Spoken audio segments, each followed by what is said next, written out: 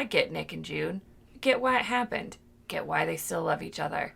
I'm more into them than June and Luke, as I have gone on record saying, because the chemistry between Eyebrows and Elizabeth Moss is much better. Sets the screen on fire.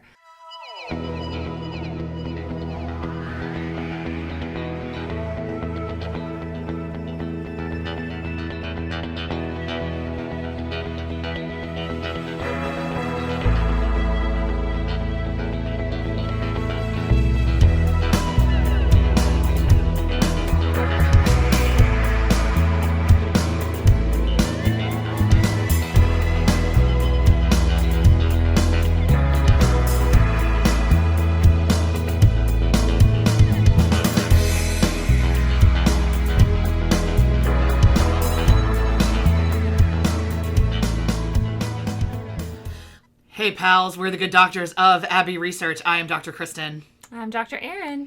You are very welcome to our tiny corner of the internet where this season of The Handmaid's Tale has exhausted us.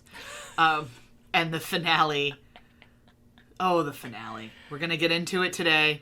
We're at a really critical point in the series because we're heading into season 6, which is obviously going to be some pivot to the Testaments in some way, whatever version of the Testaments Bruce Miller has decided to do, which who knows? Some of the interviews that he's read, I'm not sure he knows exactly where he's going. Yeah, he is currently writing the Testaments as he is writing season 6 of The Handmaid's Tale.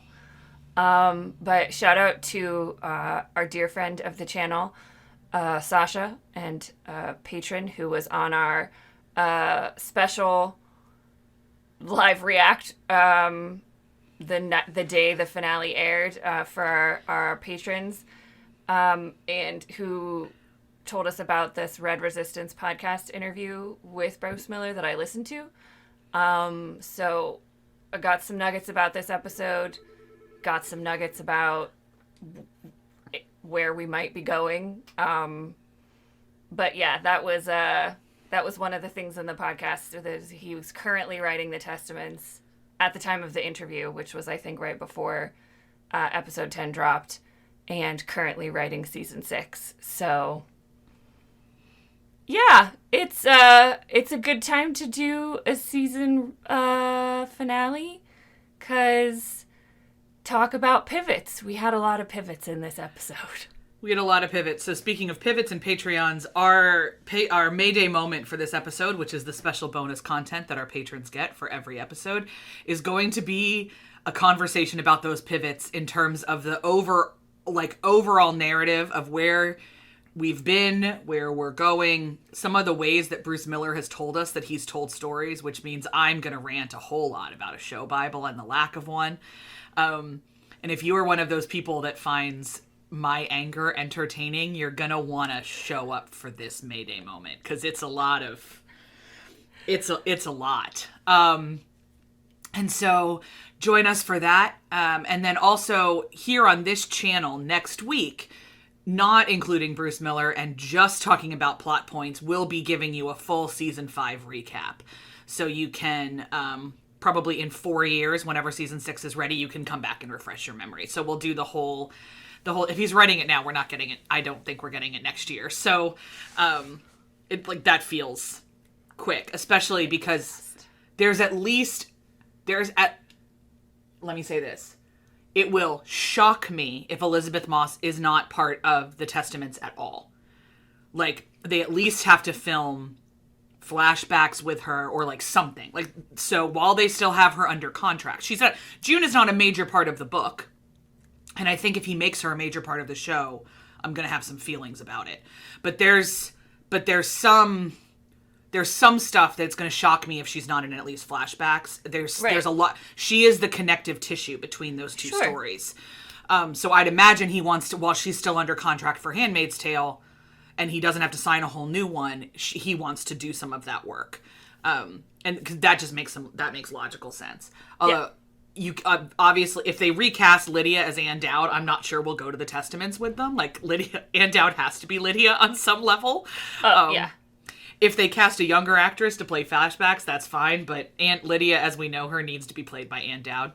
Yeah, and again, referencing this interview, he talked a little bit about Aunt Dowd and how passionate she is about the character, and she's very good friends with Margaret Atwood as well, and they talk about Lydia a lot. So, like, I don't think Aunt Dowd's going anywhere. I don't think she's letting anybody else take Aunt Lydia from her. Good. Because she shouldn't. She shouldn't, because she's phenomenal. And, like, everybody, no one else should play Serena. Nobody else should play June. No. Like, they're all cast impeccably. The true Emmy winner of The Handmaid's Tale is the casting director. Who brought all those people into auditions. So great job. But we digress. Today is going to be a conversation mostly about episode 10 of season 5 of The Handmaid's Tale. It's going to be really difficult not to also talk about most of the season. It will feel different than our season recap, I promise. But there was so many pivots that we've got to talk about where things were going. And then the abrupt turns they took in episode 10. My notes are a whole lot more about feelings than events. But I'm going to do my best here. And then let me run through the events in a summary fashion. And then we're going to get into it. So, June, we open with June wearing a flak jacket. We're told there's been like 19 funerals of people from that mass shooting. She's obviously really overwhelmed. We've got a little bit of like traumatized June dead behind the eyes, just trying to get through the day. Yeah, Valid. I thought that's a lot of funerals. Yeah, I think the funerals were I thought they were the ones that died in the mission.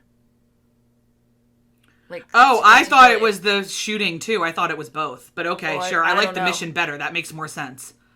Yeah, I don't know. But yeah, lots of funerals is the point. When they mentioned the funerals and the flak jacket, it was like what I thought was they were trying to tell us it was the event because someone was shooting at June.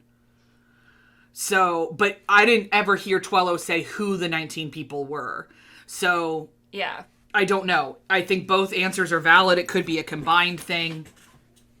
Anyway, later on, June will go on to be run over by a truck. And in the category of she survived sepsis in a milk truck, magically survived and was able to carry Nicole 2 days after she was run over by a truck. And she and Luke will beat up the gentleman in who was driving the truck that hit her so badly that gentleman will die. Then Luke and June, even though obviously, like, in one of the "Are you kidding me" moves, they try to buy an airline ticket to get them to Hawaii. And then Twello stops them. I don't like on why don't they have fake IDs already is one of my questions. Like, why hasn't that been part of their lives? But so Twello stops them at their house and is like, you are going to get found and they're going to arrest you. And the vibe is they're going to kill you. Luke.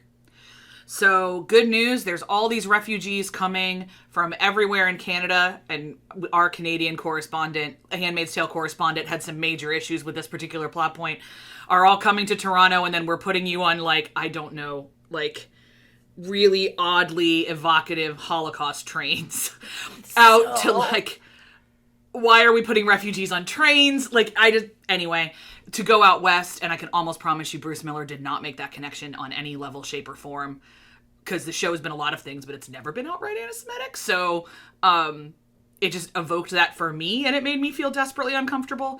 But so they all get to the train station. We find out that Luke, in what is actually consistent character development, Luke sacrifices himself for Nicole and June to be able to get on the train, because after 5 episodes of hearing that he has to protect her, he was always going to do this. He was never going to get on the train. He was always going to make sure she did. So that's Luke and June. In Gilead, we're with Eyebrows for most of this episode. And several things happen with Eyebrows. One, he signs a agreement with Twello to be some sort of mole. He then finds out that June was nearly killed, but it's okay. She really wasn't. But that's okay. She was nearly killed. That's why he signed the... Yeah, to make sure she was okay. Like, the condition of his was, like, I would get to visit her in the hospital if I agreed to be your mole. But then, in and our patrons we are of split opinions, because a really good point was raised on Wednesday night in the Patreon, that it's possible that all of what I'm about to describe was a performance orchestrated by Larry and Nick, behind the scenes in their closed door conversations. But what we see is Nick doing the most un-Commander, un-Gilead thing ever. Un-Nick thing? Un-Nick thing.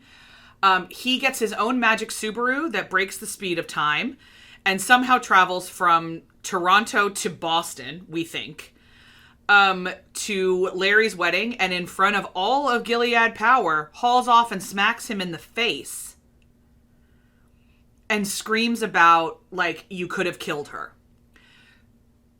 The invocation of June is why I don't think this was a plan, by the way, because I don't see any benefit of publicly tying Nick and June for Larry. Now that June has refused to come to New Bethlehem. Refused to come to New Bethlehem. Yeah, I mean, I don't either. And I would love it. I would love it to be some sort of machination, because this makes no sense. It really doesn't. I don't understand what kind of power she has over that man. I understand that he loves her. I understand their relationship. I get Nick and June. I get why it happened. Get why they still love each other.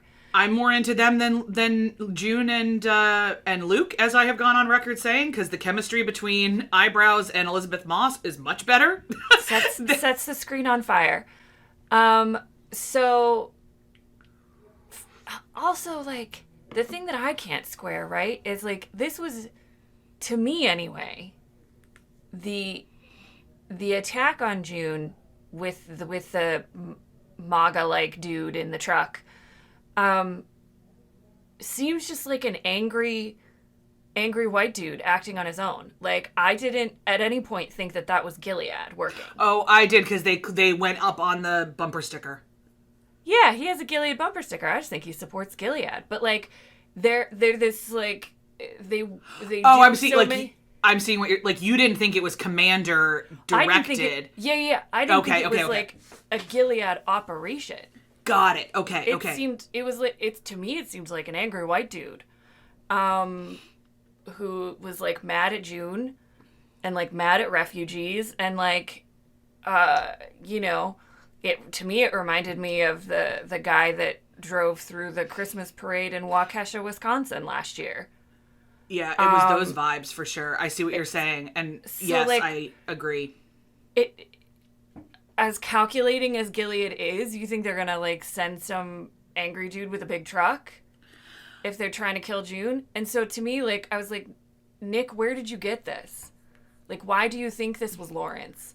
Unless Lawrence is trying to do it so under the radar that he, like, has one of his little spies do it. I don't know. So to me, I was like, it just didn't feel like Gilead. Maybe it wasn't supposed to. Like, maybe it was Gilead and they wanted it to look like it wasn't them, so they made it this dude. I don't know. But I was like, I'm not convinced it was Gilead. From the out, I'm not sure why Nick was. But then, like, I don't know, man. He is so calculated. He's so coiled. Controlled. And his breaking point was June wasn't dead. She was going to survive. I mean, she should have broken arm. That was brutal. She's unsafe. I get that you're, like, worried about her. But he had the line in episode 9 where he said, I will do whatever it takes to protect my family. So you're gonna, like, blow up both of your families by doing this? So you're gonna blow up everything? Everything. Because she has a broken arm. And I don't want to minimize the trauma of being run over by a big truck or the fear that they're all experiencing, like, watching the world kind of, collapse in Toronto where they thought they were safe, and, like, I understand all the big picture things happening, but like, you're supposed to be the Rock, buddy. That's what you've been for 5 seasons. And I just don't think what happened to June was big enough to break him that much. I don't buy it. If Regina George could survive getting hit by a bus. I just don't buy that it was big enough to break Nick that much. I don't at all. And this is a point we chatted about with our beloved patrons. There's lots of different ways to create mystery in a story. Lots of different ways. My preference for the level of what the fuckery we got in episode 10 is that we have 2 opposing sides in a narrative right now. That obviously they need to be in the dark from each other. I don't believe we need to be as in the dark as we are. Yeah. Yeah. And some of what happened in episode 10 felt like a bunch of gotcha moments, which I loathe in anything. I believe I'm on record. I hate gotcha moments. Stop treating me like I'm dumb. I have invested hundreds of hours of my life into this story. You've always treated us with respect before, and you do a lot of really great symbolism. If this was a plan, tell us it was a plan. Tell us what the master thing is. Give us that conversation. Give us the Nick and Commander equivalent conversation that Larry has had such great ones with June. Let us back into their brains. Let us see what's going on. And so as the facts presented on the show, Nick just snapped because he never watched Mean Girls to find out that Regina George survived. Yeah, it just became this really weird version of the patriarchy where all of the men in June's life had to blow something up to protect her. Yeah. I mean, for me, that was what was infuriating. Was that we ended the episode with the men in June's life in jail because of shallow masculinity. And like, so where is the like growth in the characters? You want to tell me they were shallow? They had shallow masculinity at the start of the show? I believe you. But like, for all of June's faults, she has arrived at a point in her life where she does not need men to protect her. She probably never did. I don't think she ever did. From the flashbacks we got from like pre-Gilead June. So the fact that they both reverted to this, I mean, what else was Luke gonna do? I don't blame Luke for what he did. I don't even I'm not upset about Luke kicking the crap out of the guy in the truck. I understand why he did it. Like that, I'm not saying like Luke ending up in jail was him being stupid. No, all of his whole behavior in the last 8 episodes really has been this shallow masculinity we're talking about. That he doesn't know how to be a husband without being a protector, but you can be a partner. And if somebody doesn't understand the difference between those two things, that's shallow masculinity. Yeah, and like, you know, I think he was grappling with it the whole season. I think it was exceptionally well acted by OT. And you know, as I reflect on it now, that, you know, there were parts of their relationship that infuriate me, but and from this season, but it did make a whole lot of sense for the Luke and June narrative. I think where they went in this season, and they reverted to a lot of the things that infuriate me about their relationship, but that's because the parts of their relationship infuriate me, not the way the storyline was written or rewritten.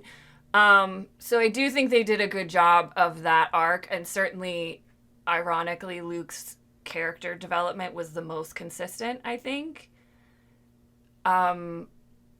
he was the only like one of the only people in this episode that didn't like about face, and I was just like, I guess Larry didn't. I don't think Larry about faced in this one. I'm still of two minds over whether I think we've been like brilliantly played by Bradley Whitford or they don't know what they're doing with Commander Lawrence. I don't know. I think they do know what they're doing with Commander Lawrence, or at least I think Bradley Whitford knows what he's doing with Commander Lawrence. I really enjoyed him this season, and this episode was weird to see him like super Gilead. And just like, no, I have a nice new suit and a haircut, and I'm gonna order the immediate removal and possible execution of Janine because she upset my new wife. Yeah, I feel like we got so much of a window into Larry this season, and then that window was closed in this episode, so it was perplexing to figure out what he was doing. But, you know, as we talked about in our episode 9 discussion, like, I think he put all his chips in the basket that he could convince June to come to New Bethlehem for Hannah. Yeah. And because he would do that for Eleanor. And I think he's put those two things as the same motivator. Yeah, and I think we saw a desperate Larry, we saw a panicked Larry, we saw a broken Larry up until this episode, and we just got, you know, Larry 2.0. And it was frustrating and confusing, but I'm actually excited to see where he goes in season 6. Yeah, I wouldn't disagree. Did he lose his cravats? Because I feel like that was something the cravats, he had a tie on. Yeah. He had like a suit and tie. Like a commander suit and tie instead of his cravat. Like a commander suit and tie, not his like, I don't belong to you, I'm wearing my old school professor suits. Yeah. Yeah. It was a sharp, symbolic change. Yeah. He definitely got the beard cleaned up, had the hair slicked back more. Yeah. Yeah. And, you know, like, Mackenzie's One of Us chant at the end, you know, that was a little too on the nose, but that's half this season was a little too on the nose for us. But, yeah, that was like, oh, you're one of us now. You've joined the fold. Yeah. I have no idea what the actor who plays Commander Mackenzie is like in real life. We haven't had the privilege of becoming friends. But I don't know if there is somebody with a creepier face on the planet. The minute I see that actor, like, I have a visceral Mackenzie reaction to him. And I know you've seen him in other properties. I haven't. So he will forever be Commander Mackenzie.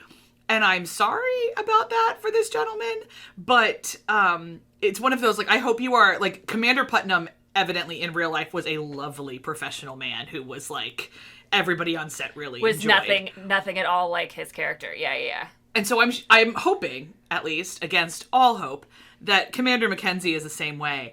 But, oh, his face is so punchable. It's so punchable.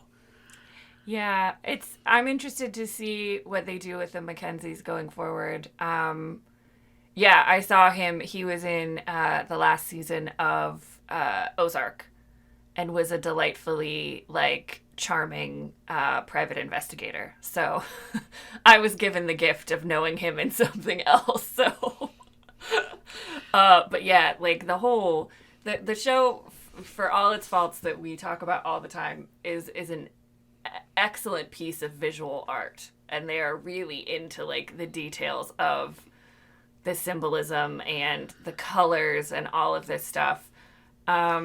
Speaking of that, one of the big gotcha moments that worked for a lot of people but not you in terms of buying into it. So let us know in the comments if you guys were on board with this. It got me. It did not get Dr. Kristen. Was the disappearance and reappearance of Serena Joy. I totally forgot about her. I totally forgot that she was, like, escaped. And in the interview I listened to with Bruce Miller, he said, like, we took her color out of the episode. Like, okay, can I say, far. Like, but we still had Rose wearing a color close enough that felt like, I don't know. Like we still I don't notice the difference. I just saw, like, wife colors. So that hit me as, like, okay, odd, but okay. Yeah. And maybe, like, they took that color out of, like, parts of Canada. I don't know. When they were in Toronto, I don't know. I didn't notice the lack of wife color because we had Rose and we had Naomi Putnam Lawrence. What a barrel. What a double barrel that one is. Someone's a wasp. Yeah. Ooh, Naomi. But that was apparently, according to Bruce Miller, very intentional. We were not supposed to remember Serena until that last moment, which worked for me and worked for the ladies on the podcast. And, like, it was funny. They were talking about it, and they were like, and I was like, oh, there's a baby crying. That has to be significant somehow. And, like, she still didn't. I did the same thing. I was like, oh, there's another baby on the train. How interesting. Like, completely bamboozled. So, congratulations on successfully doing that with some of the audience. Dr. Kristen was, where's Serena? What happened to her? Oh, here she is. Yeah, the minute the baby started crying, I was like, oh, that's Noah. This is how we're doing this. So yeah.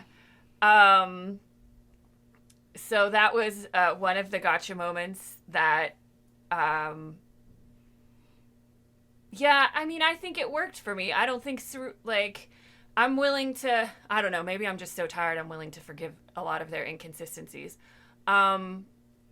Like, maybe we didn't need to see how she got on the train. Of course she got on the train. Like, I don't need to, I don't need, I think, like, dramaturgically, it was a great idea. If they had not had her in the finale at all, I would have been like, are you kidding? Like, come on. So I think it was perfect. I didn't need to be surprised by it. And I don't agree with him that the moment doesn't work if you remember her. Because I remembered her and the moment still worked for me. Because there's still the little moments of the stuff on their faces. I loved the closing line of got a diaper. Like, so they are the, like, it's the two of them and Larry that are, like, the animating features of this thing for me now. Yeah. And like, I loved June. Like, I didn't love June sobbing. That's not what I'm saying. But I loved the line where she was like, when she was talking to Luke, and she was like, I'm tired of doing this alone. I don't want to do this alone. Like, I'm sick of doing this alone. And then Serena showed up and I, like, giggled. I was like, you don't have to do it alone, June. And, like, the look on her face was like, motherfucker. I said, and, like, again, like, the acting on this show couldn't, I don't think, be much better than those two women put out in this season. And, like, the look on Serena's face, like, maybe you don't hate me, and the look on June's face, like, why did I have to say I don't want to do this alone? Like, why did I have to tempt the universe again? Yeah. It was like, so, that end scene I thought was very well done. It's my favorite scene they've ever ended a season on, to be honest. All the other ones have made me mad on some level. That one works. It sets up next season. It ties a couple things. June didn't do a weird pivot this episode. Serena obviously didn't do a weird pivot. No, June. The big pivots are, and we understand why, but we got to get to Lydia now. Our Lydia, Nick, and the Gilead of it all. But so Lydia gets, so Lydia's great fault in this episode was believing that she was still smarter than Gilead. Or she still had power. And that she still had power, and that because she also believed she knew Lawrence. Yeah.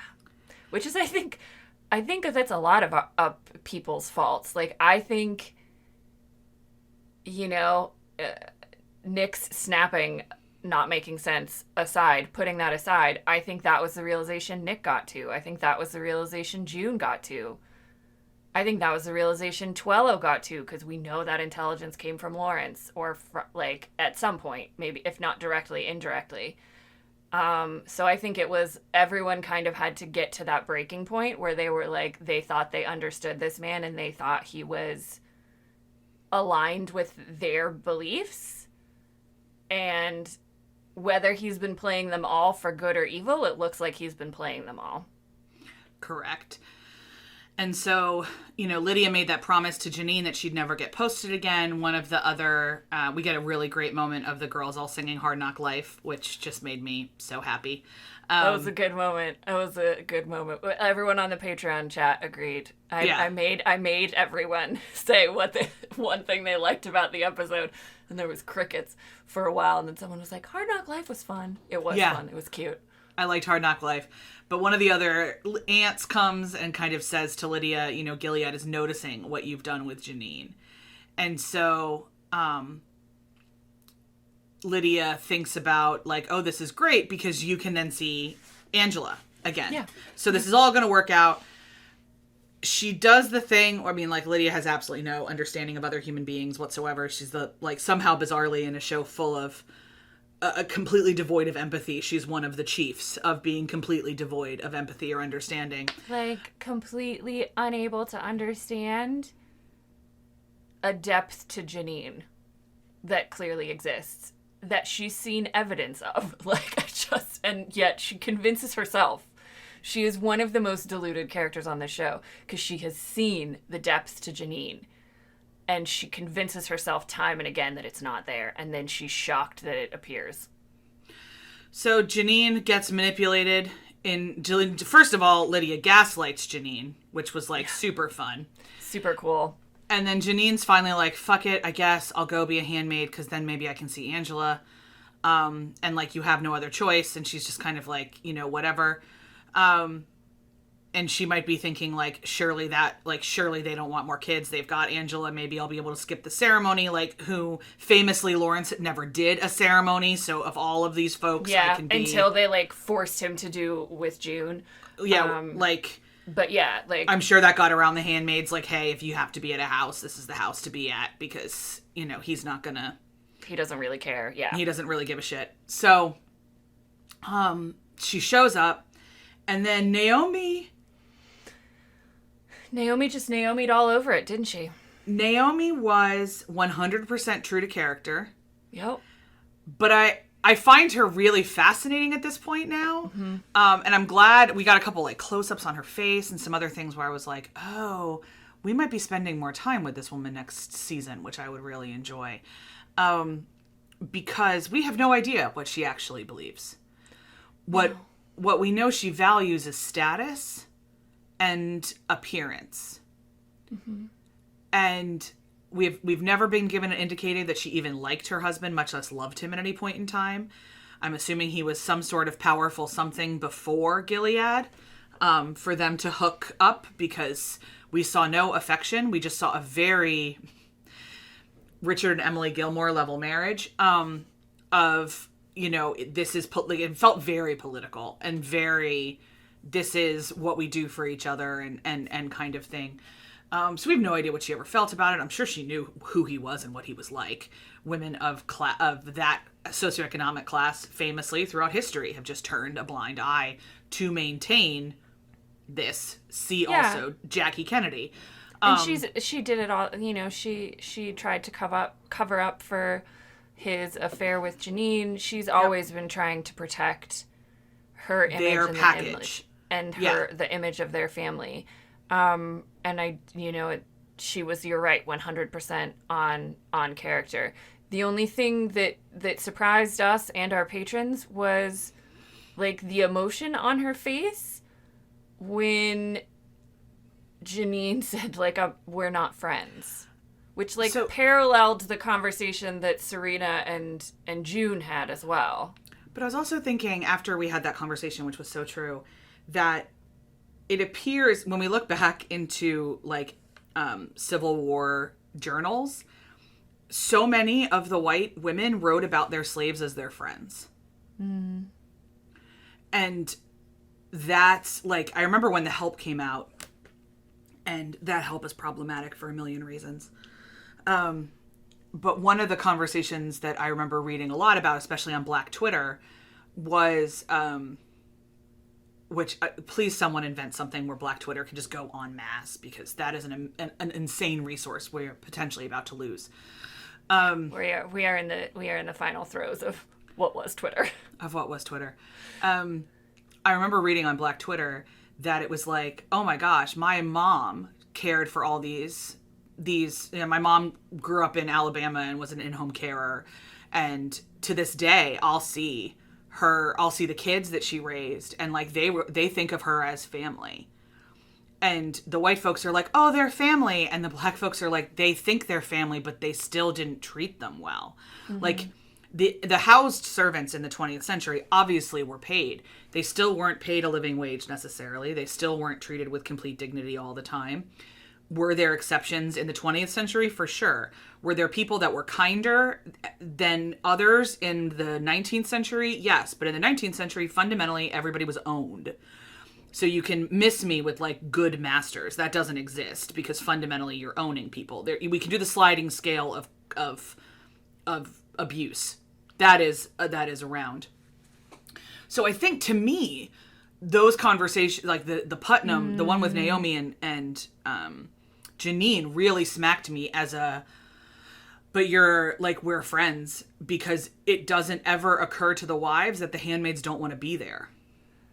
And I think they've bought in. This is Lydia, who doesn't believe that the girls don't want to be there, because I've given you a purpose now, and we've redeemed you from that terrible life you were living. I mean, think about how really wealthy people talk about welfare recipients in the United States. Yeah. Like, you should be grateful that I rescued you from the life that was terrible, and therefore we are friends. So the more I thought about it, the less I was surprised by it. And that, mistress of the plantation is super Naomi energy. And so, again, a reminder of our incredible conversation on race and representation during season 2 or 3, I can't remember, with our wonderful beloved Dr. Nadine Thornhill, where Bruce Miller created an entire world just rife with racial implications of slavery and other things, and then promptly ignored them all. But this is a time in which that was Janine's her slave. Yeah. And no slave had ever talked back to her. Yeah, and like, I don't... And I think also Naomi is fundamentally lonely. I think she had Serena. And I think she spent a lot of time, because we're also seeing we're in the later days of Gilead, whether that is leading to the downfall or whatever. But she could fill her life with the Gilead equivalent of the DAR for all the seasons up to this, the junior league and all the other stuff, flower arranging classes, what have you. And now with Putnam's murder and Serena's abdication and everything else, I think she's fundamentally lonely and miserable. Yeah, I agree. I think she is really lonely. And I think she doesn't know what she believes either, which is why we got the weird, being appearances, she had to behave this way. But I still don't believe that Naomi Putnam at her core wouldn't let Janine see the kid. I think she's just always concerned with what other people would think about that. And would say, would say about her. And would it make her lose her power? The reason she was upset with Commander Putnam right before he was executed. Sorry, that was still such a great moment. Thank you. Thanks for giving us that. It's very cathartic, and the cinematography, great job. Yeah, bloodthirsty Aaron and Kristen really appreciated that. She was chiding him because other people in the restaurant were talking about her. We're talking about them. She saw the gossip. I think she is fundamentally petrified of gossip and losing status and importance because she doesn't have any other value for herself. And I thought the scene between the two scenes between her and Janine were just brilliantly done. And At first I was like upset that like Janine's breaking point was finding out that June was hurt, but I don't think it was that. I think it was when the Martha said to her, like, they'll fucking find you anywhere, or like whatever she said. I think that was the breaking point. I think she was like, what is the point of playing this game? I'm eventually going to die. Let's just hurry up. If June gets to Toronto and has refugee status and they can still get to her, what am I doing? Like, why am I playing this game so that I can suck up to Naomi Putnam Lawrence for 3 months and maybe she'll let me see Angela? And like her sucking up to Naomi and like putting up with all that bullshit about like she will know who's her real mother. And then the flip side of that where she was just like, we aren't friends. Like, that's not my name. When she said that's not my name, I can't believe Naomi. I can, but I also can't believe Naomi called her of Joseph. We haven't heard one of those names in a minute, and it like took me. I thought we were in like Gilead 2.0, where like we have this relaxed relationship, and like women are treated, handmaids are treated with more. But that message didn't get through to Naomi, and she was like, of Joseph. I was like, oh girl, you did not. And Janine was just like, that's not my name. When we talked about it with our patrons, we think this is the end of our dear Janine. She is carted away, much like Emily was, to go have her clitoris removed. Those many years ago. And I think for Lydia to get to the place where, if she's going to be in the Testaments, like in that interview I heard with Bruce Miller, he said, I'm not going to kill Lydia. I'm not going to kill Hannah. I'm not sure what story I'm going to tell with the Testaments, but he clearly said Lydia is going to be a part of it. So in order to get to the story of the Testaments at all, unless he completely rewrites the story, we need to see this shift in Lydia that we've been seeing this season. And I don't know that like the disappearance of Janine would be enough. I think she needs to see Janine's dead body. Yeah, and for us, I would like that to happen in episode 3 or 4. Mm-hmm. So we get like 2 episodes of Madeline Brewer like saying goodbye to the character and letting us like hearing like Janine radicalize other handmaids in jail. Like, I don't even know. Yeah, like giving Madeline Brewer her due for being phenomenal. Yeah, in Gilead timeline, she's on the wall tomorrow, but then again, hypothetically, seasons 2, 3, 4, and 5 all happened in 21 months. So time is a real, it's a real fun span for them. It's a game they play. It's like a slinky. So who really has any idea? But we are going to leave all of the what do we want in episode 6 questions for the recap, which will come into your inboxes next week, or your notifications, or your bell, or however you keep track of your YouTube videos. It will show up next week. And then we're going to take a break of one entire, like, breath, like 1 week, basically. I think it's a week. Yeah. And then we'll be back with The Crown. And if you have never joined us for Crown coverage, here's what I need you to know. You do not need to know what's happening in the show at all to join us for The Crown. I already know I'm going to feel that Dominic West was heinously miscast, because there is nothing that Dominic West can do to convince me that he is Prince Charles. So absolutely not. He has too much charisma, and Charles is a walking wet blanket. So it's terrible miscasting. So I have a feeling we're just going to rant a lot, talk about how cool Imelda Staunton is, discuss brooches, and complain about how royalty is a human rights violation. So join us, won't you? I hope you guys really do. I saw a tweet this morning, I didn't tell you about it yet, that was like, I wasn't prepared to feel like sexual attraction to Gillian Anderson's Margaret Thatcher, and now we've been given sexy John Major. And I was like, oh no. Oh no, I forget who they cast as John Major, but I was just like, this is gonna be hilarious. Also, for anyone who just watches Handmaid's Tale, Erin's and my academic specialties are in Northern Ireland. Pretty much a huge part of them is the 90s. So watch this space for our scholarly reactions. And also, in the same vein in which I don't understand how we have had 5 seasons of The Handmaid's Tale and no mention of Tim Hortons. I don't understand where Marks and Spencer's has been in The Crown. There has been no conversation about Percy's. There has been no conversation about Cadbury Dairy Milk. It's like these people don't actually even exist in the world. So, Just don't.